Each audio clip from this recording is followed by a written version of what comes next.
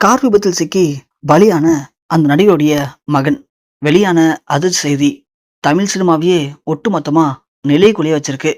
அதாவது இவருக்கு இப்படி ஒரு பேராபத்து நடக்கும்னு யாருமே எதிர்பார்க்கல. நம்ம கேப்டன் விஜயகாந்தோடைய மூத்த மகன் தான் விஜயபிரபாரன். இவர் தான் இன்னைக்கு பெரிய ஒரு கார் விபத்துல சிக்கியிருக்காரு.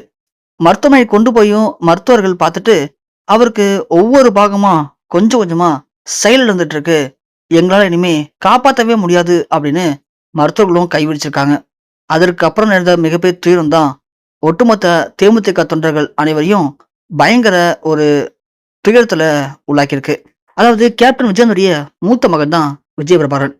இவரு ரீசெண்டா ஒரு 10 நாளுக்கு முன்னாடி பயங்கர ஃபேமஸ் ஆயிட்டாரு. காரணம், நம்ம டிவிகே முதலமைச்சர் விஜய் அவர்களை பத்தி சில விஷயங்கள பேசியிருந்தாரு. கர்நாடகால தண்ணி கொண்டு வரல, இவரெல்லாம் என்ன முதலமைச்சர் அப்படின்னு அவர் பேசின சில விஷயம் தான் அவரை பயங்கர பிரபலமாக்குனுச்சு. ஆனா இவரு இதுக்கு முன்னாடி படங்கள்ல கூட நடிச்சிருக்காரு. ஆனா விஜயபிரபாரனால பெருசா சாதிக்க முடியல. விஜயகாந்த் இவரு தமிழ் மக்களுடைய மனதுல வாழக்கூடிய ஒரு கருப்பு எம்ஜிஆர், மனித கடவுள்னு நிறைய பேர் அவரை செல்லமா கூப்பிட்டாங்க. ஆனா அவருக்கு தான் மக்களுக்கு நல்லது பண்ண முடியாம இறந்து போயிட்டாரு. அவர் இறந்து போன பிறகு அவருடைய கொள்கைகளையும் அவருடைய ஆசைகளையும் நான் நிறைவேற்றி வைக்கிறேன் அப்படின்னு அவருடைய மனைவி பிரேமலதாவும் அவருடைய மகன் விஜயபிரபாரனும் களமிறங்கினாங்க. ஆனா இதுல அவங்க ரெண்டாவது மகன் சண்முக பாண்டியன் இதுல சம்மந்தம் இல்லாம நான் என் அப்பா மாதிரி பெரிய ஹீரோ ஆயிடுறேன் அப்படின்னு அவர் ஒரு பக்கம் படத்தை நடிச்சிட்டு இருக்காரு. விஜயபிரபாரனுக்கு ஆரம்பத்துல சில படம் நடிச்சாரு. அந்த நடிச்ச 2, 3 படமும் ஓடல. சரி, நமக்கு இனிமே படம் செட் ஆகாதுன்னு சொல்லி இப்போ அரசியலுக்கு வந்துட்டாரு. ஆனா விஜயகாந்த் பண்ண அரசியலுக்கும் இவங்க பண்ற அரசியலுக்கும் நிறைய வித்தியாசம் இருக்கு. விஜயகாந்த் தான் சம்பாதிச்ச பணத்துல மக்களுக்கு நல்லது பண்ண நினைச்ச ஒரு முக்கியமான மனிதர். அது போக யாரையும் குத்தி காட்டி பேச மாட்டாரு.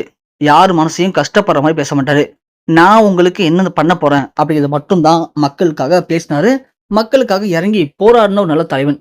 அதனாலதான் மக்கள் எல்லாரும் அவரை தலைவனா ஏத்துக்கிட்டாங்க.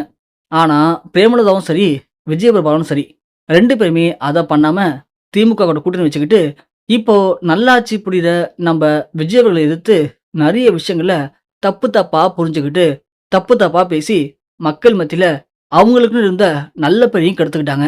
அதுல விஜயபிரபாரன் ஏற்கனவே இந்த 2026 சட்டமன்ற தேர்தலையே தெரிஞ்சு போச்சு. அவர் பேசின பேச்சுக்கு தான் அவருக்கு ஓட்டே விழாம தோத்து போனாரு. ஆனா விருத்தாச்சலம் தொகுதி மக்கள் ஏதோ விஜயகாந்த் மேல வச்சிருந்த பாசத்துல பிரேமலதாவுக்கு ஓட்டு போட்டு ஜெயிக்க வச்சிருக்காங்க. இவங்க மட்டும் விஜயகாந்த் பண்ண எல்லாத்தையும் கரெக்டா கடைபிடிச்சா கண்டிப்பா தமிழகத்துல ஜெயிச்சிருக்கலாம்.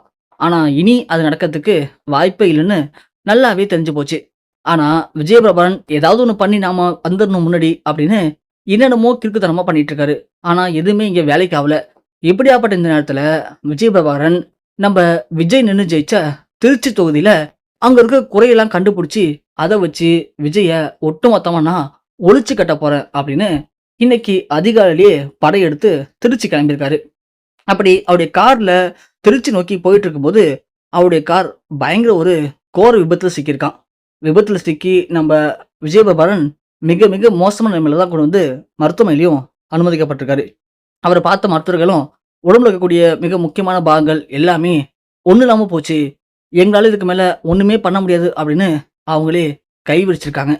அதன் பிறகு அவருக்கு நேர்ந்திருக்க மிகப்பெரிய துயரம் தான் தேமுதிக தொண்டர்கள் தமிழக மக்கள் எல்லாரையும் உச்சக்கட்ட ஒரு மீளாத சோகத்துல மூழ்க வச்சிருக்கு.